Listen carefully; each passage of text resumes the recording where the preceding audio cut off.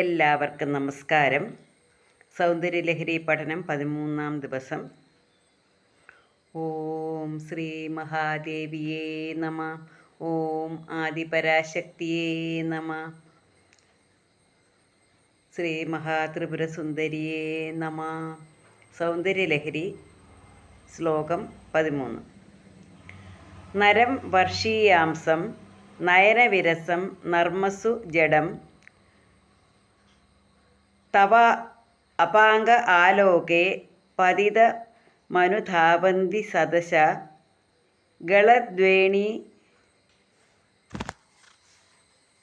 ഗളദ്വേണീബന്ധ കുജകലശ വിസ്ത്രസ്ത സിജയ ഹഠാത്രുട്യത് കാഞ്ചോ വിഗളിത ദുകുല യുവതയ. ഒന്നുകൂടെ പറയാം. നരം വർഷീയാംസം നയനവിരസം നർമ്മസു ജഡം തവ അപാംഗ ആലോകേ പതിതം അനുധാവന്തി ശതശ ഗളദ്വേണീ ബന്ധ കുജ കലശ വിസ്ത്രസ്ത സിജയ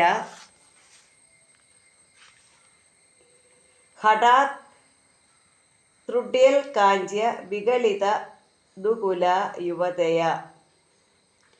അല്ലയോ മഹാദേവി, ജരാനരകൾ പ്രാപിച്ച വൃദ്ധനായി, നേത്രങ്ങളിൽ പടലാതി രോഗമുള്ളവനായി, രതിക്രീഡാദികളിൽ അറിവില്ലാത്തവനായിരുന്നാലും നിന്തിരുവടിയുടെ കടാക്ഷ വീക്ഷണത്തിൽ പതിച്ചവനായ പുരുഷനെ അസംഖ്യം യൗവനയുക്തകളായ സുന്ദരിമാർ കെട്ടഴിഞ്ഞു വീഴുന്ന തലമുടിയോടും സ്തനകലശങ്ങളിൽ നിന്ന് വഴുതി വീഴുന്ന മേൽവസ്ത്രത്തോടും പെട്ടെന്ന് പൊട്ടിത്തെറിക്കുന്ന ഒഠ്യാണത്തോടും അഴിഞ്ഞു വീഴുന്ന പട്ടുവസ്ത്രത്തോടും കൂടി പിന്തുടർന്ന് ഓടുന്നു. ഇവിടെ പറയുന്നത് അല്ലയോ മഹാദേവി. അപ്പോൾ ഇവിടെ സൗന്ദര്യം എന്ന് പറയുന്നത് എവിടെ എല്ലാം സൗന്ദര്യമുണ്ടോ അവിടെയെല്ലാം ദേവിയുടെ അനുഗ്രഹമുണ്ട്. ദേവിയുടെ അനുഗ്രഹം കൊണ്ടാണ് എല്ലാവർക്കും സൗന്ദര്യം ഉണ്ടാകുന്നത്. അപ്പോൾ ഇവിടെ സൗന്ദര്യമില്ലാത്ത ഒരു പുരുഷനാണെങ്കിലും സൗന്ദര്യമില്ലാത്ത അല്ലെങ്കിൽ സൗന്ദര്യം ജരാനരകൾ ബാധിച്ച കണ്ണ് കാണാൻ എന്താ പറയുന്നത് നേത്ര കണ്ണസുഖമൊക്കെ പിടിച്ചതാണെങ്കിലും പിന്നെ എന്താ പറയുന്നത് രതിക്രീഡാദികളിൽ അറിവില്ലാത്തതെന്ന് വെച്ചാൽ സ്ത്രീകളെ ആകർഷിക്കാൻ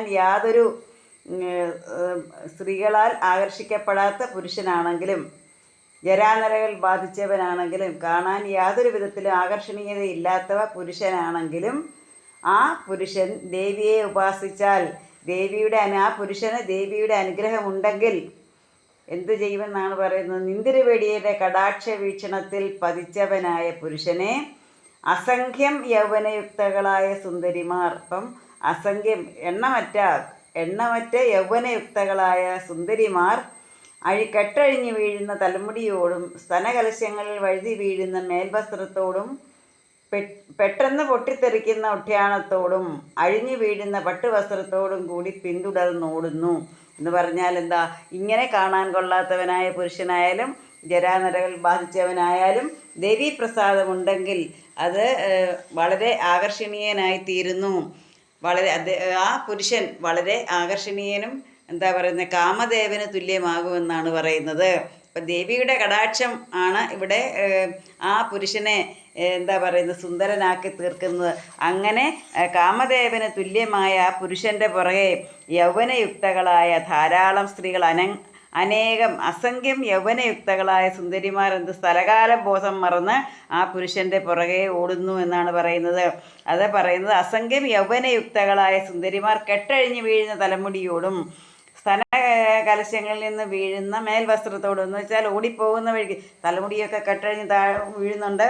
പിന്നെ എന്താണ് ദേഹത്തു നിന്ന് വസ്ത്രങ്ങൾ വഴുതി പോകുന്നുണ്ട്. എന്നാൽ അതുപോലെ തന്നെ അരിഞ്ഞാണങ്ങളൊക്കെ പൊട്ടി വീഴുന്നുണ്ട്, വസ്ത്രങ്ങളൊക്കെ അഴിഞ്ഞു വീഴുന്നു. ഇതൊന്നും അവർ ശ്രദ്ധിക്കുന്നേ ഇല്ല. അവരുടെ ശ്രദ്ധ മുഴുവൻ എന്താണ്? ആ പരവശനിലാണ്. ആ കാമദേവനുള്ള ആ ഒരു എന്താ പറയുന്നത് ആ ഒരു കാമദേവനായ പുരുഷൻ്റെ പുറകെയുള്ള ഓട്ടം. അപ്പം ഇങ്ങനെ ആ പുരുഷൻ്റെ സൗന്ദര്യം കണ്ട് പുറകെ ഓടുന്നു. എന്താ പറയുന്നത് യാതൊരു സ്ഥലകാല ബോധമില്ലാതെ സ്ഥലകാല ഗോപികമാർ ശ്രീകൃഷ്ണൻ്റെ പുറകെ ഓടുന്നെന്ന് പറഞ്ഞതുപോലെയാണ് ഇവിടെ ദേവി പറയുന്നത്. ദേവിയുടെ കടാക്ഷമുണ്ടെങ്കിൽ ഈ ജരാനരകൾ പ്രാപിച്ച വൃദ്ധനാണെങ്കിലും എന്താണ് കാമദേവന് തുല്യമായ സൗന്ദര്യം ഉണ്ടാകുന്നു. ആ സൗന്ദര്യത്തിൽ മുഴുകി സ്ത്രീകൾ, യൗവനയുക്തകളായ സ്ത്രീകൾ സ്ഥലകാലബോധം മറന്ന് പുറകെ ഓടുന്നു എന്നാണ് പറയുന്നത്. അപ്പോൾ ഇവിടെ പറയുന്നതിൻ്റെ സാരം, എല്ലാത്തിനും ദേവിയുടെ അനുഗ്രഹം വേണം. ദേവിയുടെ പ്രസാദമുണ്ടെങ്കിൽ, ദേവിയെ പൂജിച്ചാൽ ദേവി എല്ലാത്തിലും സൗന്ദര്യം കൊണ്ടെത്തിക്കുന്നു. സൗന്ദര്യമാണല്ലോ മനുഷ്യനെ ആകർഷിക്കുന്ന ഏറ്റവും വലിയ ഒരു ഘടകമാണ് സൗന്ദര്യം എന്ന് പറയുന്നത്. അപ്പോൾ ഇവിടെ പറഞ്ഞ ജരാനരകൾ പ്രാപിച്ച വൃദ്ധനാണെങ്കിലും അസുഖം ബാധിച്ചവനാണെങ്കിലും സ്ത്രീകളെ രസിപ്പിക്കാൻ പറ്റാത്തവനാണെങ്കിലും ഒന്നിലും എന്താ പറയുന്നത്, ഒരു ലീലകളാടാൻ കഴിവില്ലാത്തവനാണെങ്കിൽ പോലും എന്താണ് ഇവിടെ ദേവിയുടെ കടാക്ഷമുണ്ടെങ്കിൽ സ്ത്രീകൾക്ക് ആ പുരുഷനോട് വളരെ ആകർഷണം തോന്നും. എന്ന് വെച്ചാൽ അത്രയ്ക്കും സുന്ദരനായി മാറുമെന്നാണ് പറഞ്ഞതിൻ്റെ സാരം. എന്താ, എല്ലാറ്റിലും ദേവി നമ്മുടെ ഭൗതികമായ എല്ലാ സൗന്ദര്യം എന്ന് പറയുന്നത് എല്ലാത്തിലും എവിടെയാണോ സൗന്ദര്യം കാണുന്നത്, ഏത് വസ്തുവാണോ സുന്ദരമായിട്ടിരിക്കുന്നത്, എവിടെയാണോ മനസ്സിനെ ആകർഷിക്കുന്ന രീതിയിൽ സൗന്ദര്യമുള്ളത്, അത് സ്ത്രീ ആയാലും പുരുഷനായാലും അങ്ങനെയുള്ളവർക്ക് എന്താണ് ദേവീ കടാക്ഷം ഉള്ളതുകൊണ്ടാണ്, ദേവിയുടെ അനുഗ്രഹം ഉള്ളതുകൊണ്ടാണ്.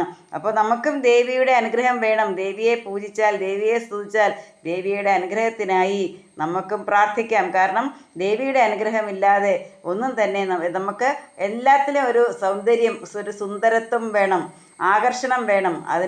അതിന് വേണ്ടി ഇവിടെ എന്താ പറയുന്നത്, സ്ത്രീ പുരുഷന്മാരെ മാത്രമല്ല, അങ്ങനൊരു ശാരീരികമായ സൗന്ദര്യത്തെക്കുറിച്ചല്ല പറയുന്നത്. ഈ ത്രിലോകങ്ങളിലുമുള്ള ഏതിലും നമ്മൾ സൗന്ദര്യം, ഈ പ്രകൃതിയുടെ ആ ദേവിയുടെ സൗന്ദര്യം എന്ന് പറയുന്നത് പ്രകൃതി തന്നെയാണ്. പ്രകൃതിയിൽ കാണുന്ന എല്ലാ സൗന്ദര്യമുള്ള വസ്തുക്കളും ദേവിയുടെ കടാക്ഷം കൊണ്ടാണ്. അപ്പോൾ നമുക്ക് എന്താണ്, നമുക്ക് എന്തിലും ആകർഷണം തോന്നണമെങ്കിൽ നമുക്ക് ദേവിയെ സ്തുതിക്കാം, ദേവിയുടെ അനുഗ്രഹം പ്രാപിക്കാം, ദേവിയെ പൂജിക്കുക. എല്ലാവർക്കും ദേവിയുടെ അനുഗ്രഹം ഉണ്ടാകട്ടെ എന്ന് പ്രാർത്ഥിച്ചുകൊണ്ട്, നരം വർഷീയാംസം നയനവിരസം നർമ്മസൂജടം തവാപാംഗ ആലോകേ പതിതം അനുധാവന്തി ശതശ ഗളദ്വേണീ ബന്ധ കുജകലശ വിസ്ത്രസ്തസിയ ഖടാത്രിഡ്യൽ കാഞ്ച് വികളിത ദുകുല യുവതയ. എല്ലാവർക്കും മഹാദേവിയുടെ അനുഗ്രഹം ഉണ്ടാകട്ടെ എന്ന് പ്രാർത്ഥിക്കുന്നു. എല്ലാവർക്കും അമ്മയുടെ അനുഗ്രഹം ഉണ്ടാകട്ടെ, ത്രിപുരസുന്ദരിയുടെ അനുഗ്രഹം എല്ലാവർക്കും ഉണ്ടാകട്ടെ എന്ന് പ്രാർത്ഥിച്ചുകൊണ്ട് നിർത്തുന്നു. നന്ദി, നമസ്കാരം.